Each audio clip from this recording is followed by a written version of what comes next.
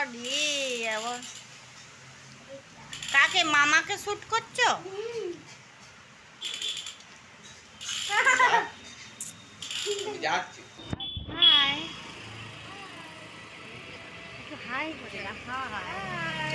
নমস্কার বন্ধুরা, simple living Nirupa ব্লগে সকলকেই স্বাগত। আজ বৃহস্পতিবার, সকাল এখন 8টা। সায়ন বাজার করে চলে এসেছে। আজকে বাজারে শুধু মাছ কিনেছে।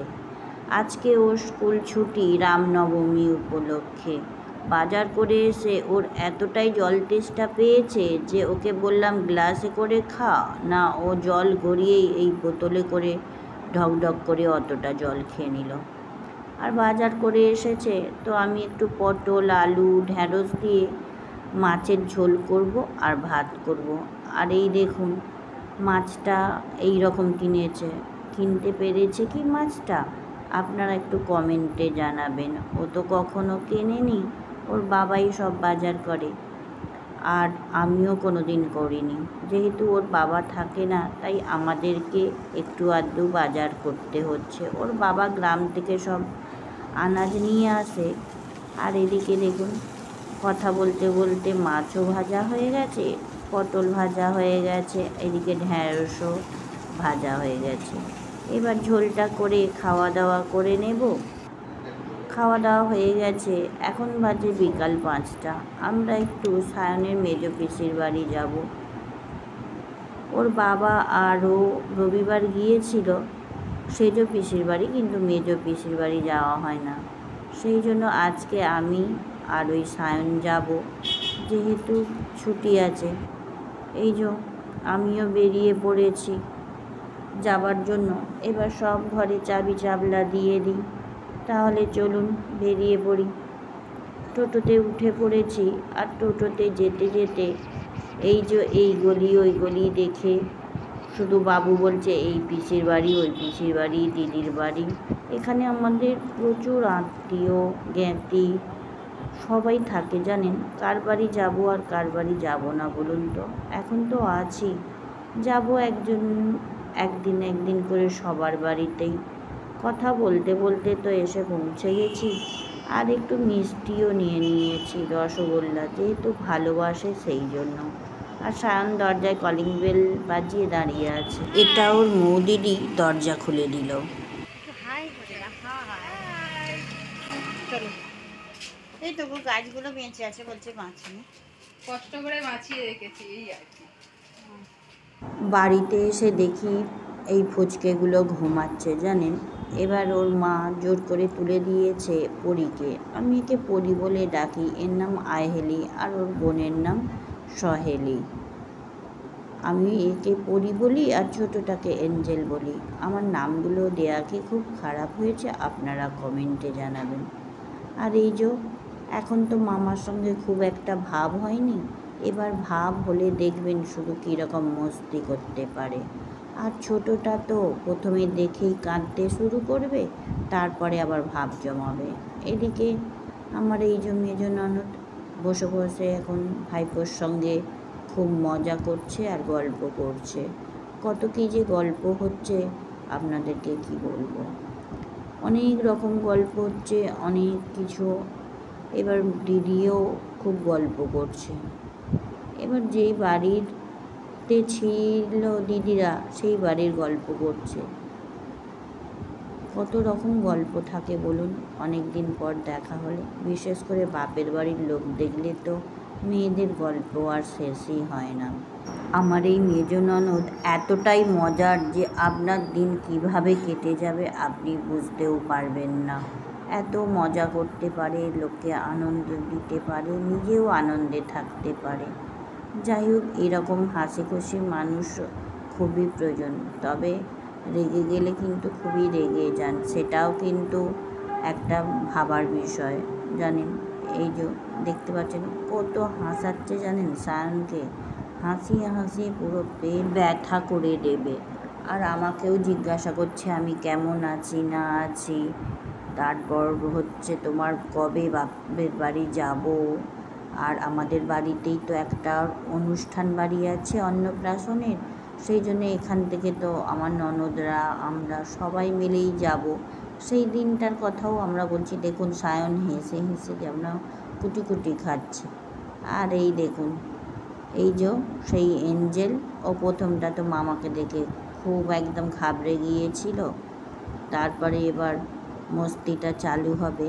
এদিকে ওর বাবা দাঁড়িয়ে আছে, এটা আমার ভাগ্নি জামাই।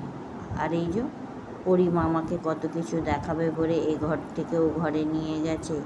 আর আমাকে দেখে তো লুকোচুরি খেলছে, একবার লুকুচ্ছে আবার একবার বেরোচ্ছে, আমাকে ডাকছে। আমি বললাম আমি এখন যাব না, তুই আমাকে দেখে এত লুকোচুরি করছিস কেন? এবার দেখুন শুধু মামার সঙ্গে কীরকম ভাবটি জমেছে। মামার কোলের ওপরে উঠে বসে আছে আর নাচাগানা করছে। এদিকে মামাকে তো খেতে দিয়েছে, ওর দিদি খেতে দিয়েছে চপ সিঙ্গাড়া মুড়ি। এবার টেডিগুলো নিয়ে এবার খেলতে বসেছে। এবার টেডিগুলো নিয়েও না এবার আসছে মামার সঙ্গে, এবার কুস্তি হবে। এই যে মামাকে ধরিয়ে দিয়েছে আর এই আটা মাখাচ্ছে আমার ননদ। আর এদিকে আমাকে সিঙ্গাড়া খেতে দিয়েছিল। আমি পরীকে বললাম চলায় তোকে একটু খাইয়ে দিই। আর ছোটোটা কিছুতেই কাছে এলো না, সে তো খেলোই না। এ খেতে থাকলো, আমি আর খেলাম না। আমার শরীরটা এমনিতেই ভালো যায় না জানেন, এখানে আমার ঠিক পোষাচ্ছে না।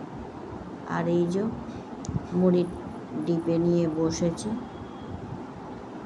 আমি এগিয়ে দিলাম খাবো না বলে। আর সায়ন এদিকেই তো মুড়ি নিয়েছে, তাতে একটু জল মাখিয়ে খাবে।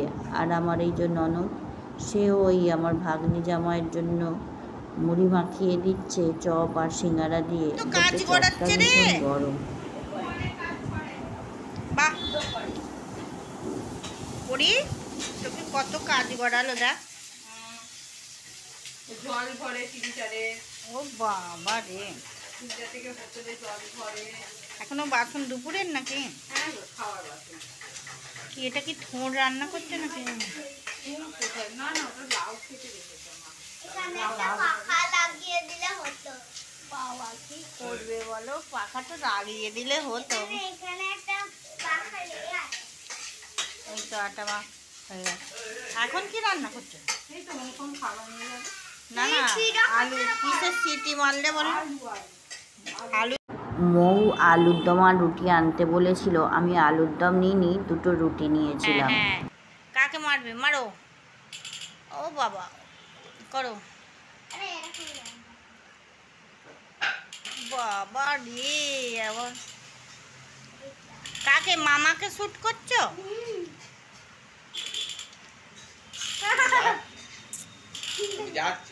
মামার সঙ্গে যেই ভাব হয়েছে, মামাকে শুধু শুটই করে যাচ্ছে জানেন। আধ ঘন্টা সময় কাটিয়ে দিয়েছে, এবার বাড়ি যাব। চলো আমরা গেলাম। চল বল, আর খেলতে হবে না, চল।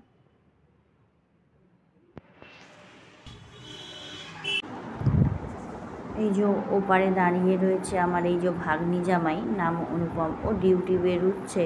আর আমরাও ওই পারেতেই যাব টোটোটা ধরার জন্য। আর এদিকে আমাদের বাড়ির জামাইও এসেছে তার পিসির শাশুড়ির বাড়ি। আর আগের দিন ব্লগটা আর করতে পারিনি, ভালো লাগেনি জানেন, এত গরম হচ্ছিল। আর আজকে প্রচণ্ড গরম, সেই জন্য আমি সায়নকে স্কুলে দিতে যাচ্ছিলাম তো একটা ঝিঙে কিনে নিলাম। এই ঝিঙেটা একটা 400 গ্রাম ওজন। আর নিয়ে নিয়েছি 2 পিস মাছ। এটা দিয়ে ঝোল করব আর ভাত করব, আর কিছু করব না। আর সকাল সকাল তো আমার পুজো করা হয়ে গেছে। আর এত গরম যে মাথাটাকে আজকে খুব ভালো করে শ্যাম্পু দিয়ে ধুয়েছি। গরমে টিকতে পারছি না জানেন, আর মাথাটাও ভারী ভারী হয়ে আছে, এত গরম। এই আবার রান্নাঘরটা প্রচণ্ড গরম, তাই তাড়াতাড়ি একটু রান্না করে নেব। আর এদিকে তো কাচাকুচি করে রোদে দিয়ে দিয়েছি, এটা তো 5 মিনিটেই শুকিয়ে যাবে। রান্না বান্না কমপ্লিট হয়ে গেছে। এবার আমি নিচে চলে এসেছি। এসেই আমি 2 লিটারের এই থামস আপের বোতলে ওআরএস গুলে নিয়েছি। আর গুলে নিয়ে অনেকটাই খেয়ে নিয়েছি, বারে বারে খেতে থাকবো। আর সায়ন তো সেই 3টের সময় স্কুল থেকে আসবে, তখনই দুজনে খাওয়া দাওয়া করে নেব। আর এই সকাল থেকেই দরজা জানলা বন্ধ করে দিয়েছি, এত গরম যে আমরা থাকতে পারছি না, 2টো পাখা চলে তার সত্ত্বেও প্রচণ্ড গরম। এই যে দেখতেই পাচ্ছেন দরজা জানলা বন্ধ করে দিয়েছি। ব্লগটা এখানেই শেষ করব, দেখা হবে নতুন ব্লগ।